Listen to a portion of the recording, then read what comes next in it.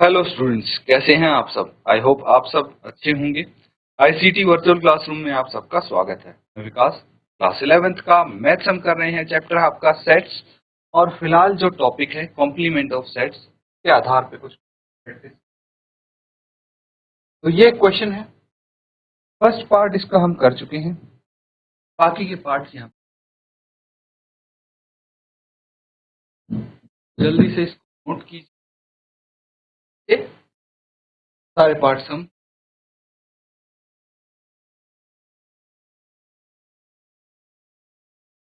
ठीक है बच्चों, सॉल्व करते हैं। अब देखिए, हमें पता है जो यूनिवर्सल सेट है वो सेट ऑफ नेचुरल नंबर। चलिए, पार्ट सेकंड है x such that x is an odd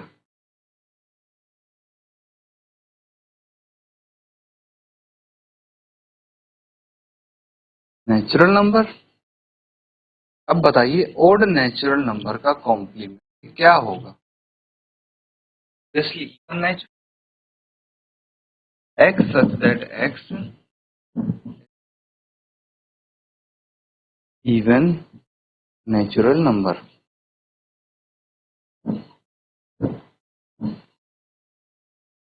हो गया। चलिए अगला देखिए, थर्ड पार्ट है x such that x is a positive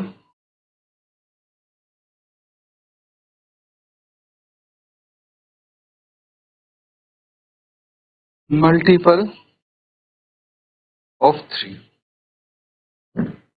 इसका चाहिए कॉम्प्लीमेंट, क्या होगा। x such that x is a natural number not multiple of 3। एक नेचुरल नंबर है लेकिन 3 का मल्टीपल नहीं, उसको छोड़ के, 3 के मल्टीपल्स को छोड़ के बाकी सभी नेचुरल नंबर का कॉम्प्लीमेंट हो जाए। नोट कर लेंगे।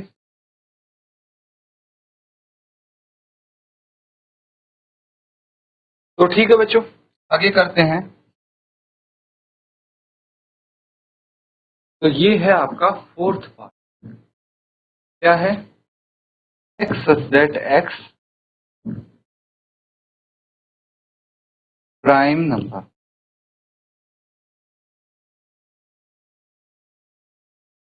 तो अगर इसका हमें कॉम्प्लीमेंट निकाल, क्या आ जाएगा, कॉम्पोजिट नंबर आ जाएंगे, है ना।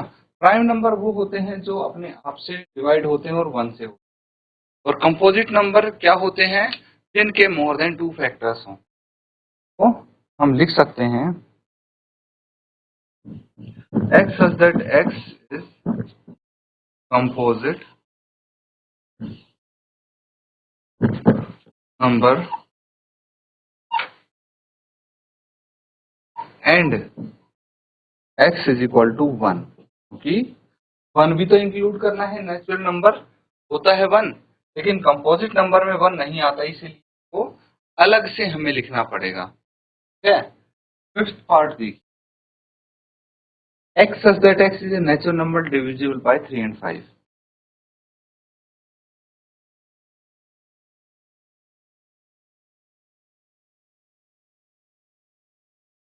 Number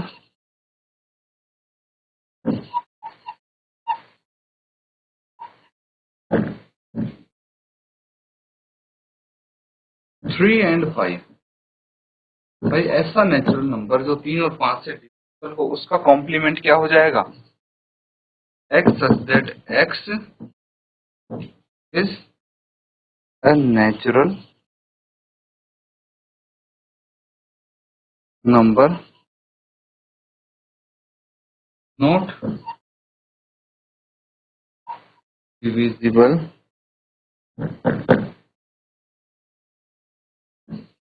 3 and 5। ठीक है। तो जो 3 और 5 से डिविजिबल नहीं होंगे नेचुरल नंबर, वो इसका कॉम्प्लीमेंट हो जाएंगे। नोट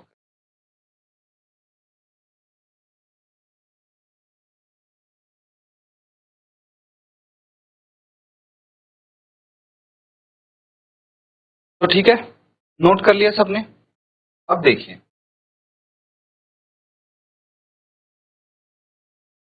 तो बच्चों यहाँ पे हमारे पास क्या है, सिक्स्थ पार्ट है, ठीक है। परफेक्ट स्क्वायर कौन से होते हैं? परफेक्ट स्क्वायर होते हैं जैसे 2 का स्क्वायर हो गया 4, 3 का स्क्वायर हो गया 9, 4 का स्क्वायर हो गया 16, 5 का स्क्वायर हो गया 25। ये सब परफेक्ट स्क्वायर हैं एंड सो ऑन। तो अगर हमारा जो सेट है वो है x set x is a perfect square, तो परफेक्ट स्क्वायर्स का सेट है, तो अगर इसका कॉम्प्लीमेंट निकालना होगा तो क्या निकालेंगे? ऑब्वियसली नेचुरल नंबर तो होगा ही, बट वो किस प्रकार से लिखेंगे वो आपको शो करना।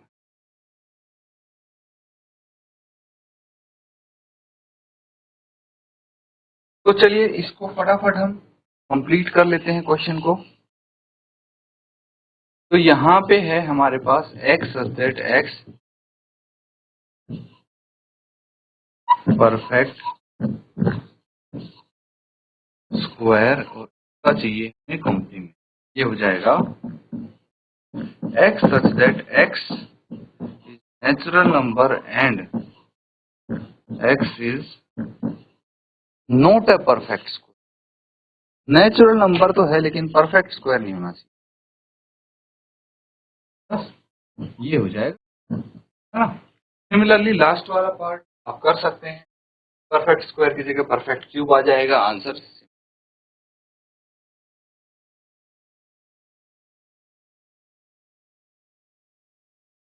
ठीक है, सबने कर लिया है नोट?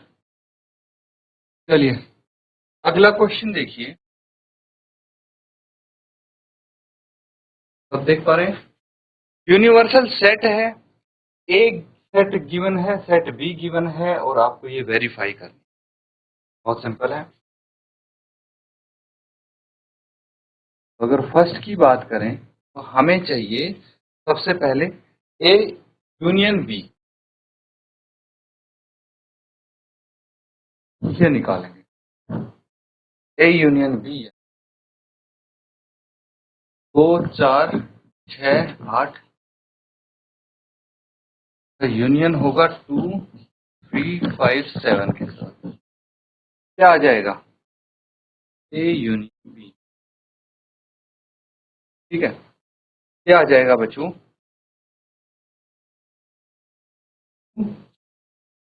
3 4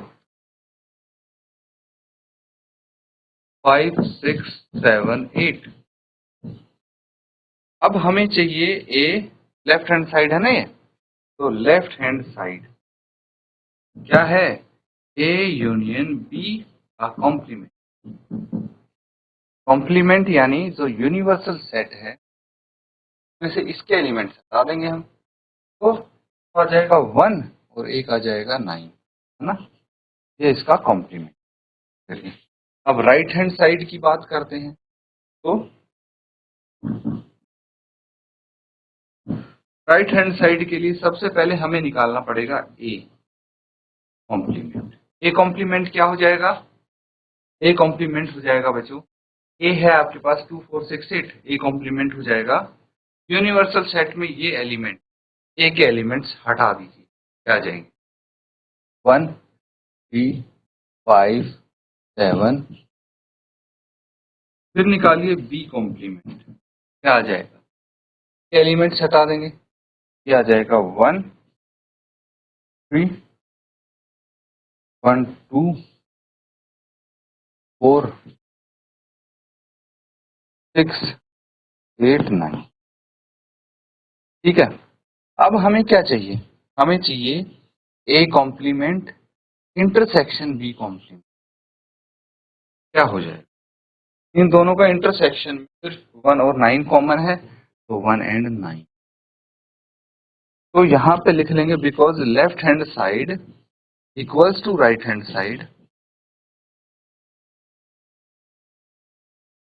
hence verified.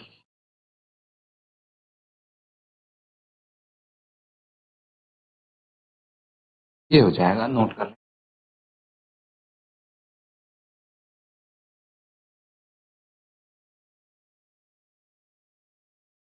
तो ठीक है, नोट कर लिया सबने। अब देखिए ये वाला जो पार्ट है ई के जैसा है, तो वही सारे पार्ट्स क्यों करेंगे। ये आप यहाँ पे कर लिया है पार्ट 1, पार्ट 2 होमवर्क के लिए करेंगे, आपको रिवाइज भी हो जाएगा, पता लग जाएगा कितना आप खुद से कर पाते हैं। ठीक है, तो इसको होमवर्क में कंप्लीट। चलिए ये क्वेश्चन है, अब यहाँ पे वेन डायग्राम वाला क्वेश्चन है, सिंपल है, थोड़ा ध्यान से अटेम्प्ट करना है हमें बस। Draw appropriate Venn diagram for each of the following. तो हमें वेन डायग्राम्स बनाने हैं ना, कोई दिक्कत नहीं है। चलिए ये हो गया, हमें क्या चाहिए, ए यूनियन बी का इंटरसेक्शन। ठीक है, तो यहाँ पे हम बनाएंगे ए यूनियन,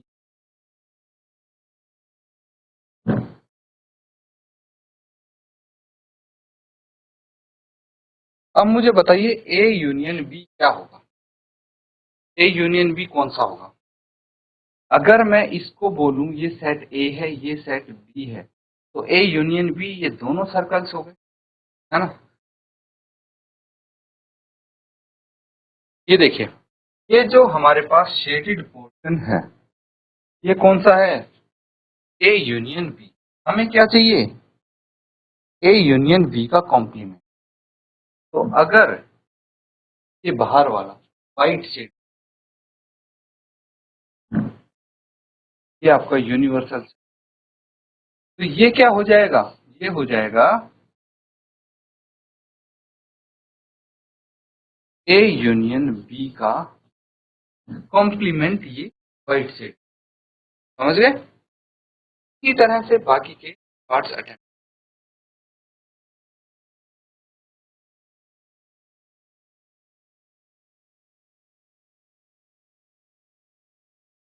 ठीक है बच्चों, अब देखिए ये प्रॉपर्टीज ऑफ कॉम्प्लीमेंट हमने कर ली है। अब डी मॉर्गन लॉ है वो समझने की कोशिश। तो ये दो लॉ हैं, हमें सिर्फ दो जानने हैं। ठीक है, तो ए यूनियन बी का कॉम्प्लीमेंट होगा तो उसको लिख सकते हैं ए कॉम्प्लीमेंट इंटरसेक्शन, ये हमने प्रूव, लेफ्ट हैंड साइड और राइट हैंड साइड। दूसरा है ए इंटरसेक्शन बी का कॉम्प्लीमेंट क्या हो सकता है, ए कॉम्प्लीमेंट यूनियन बी को। ये हैं दो डी मॉर्गन के।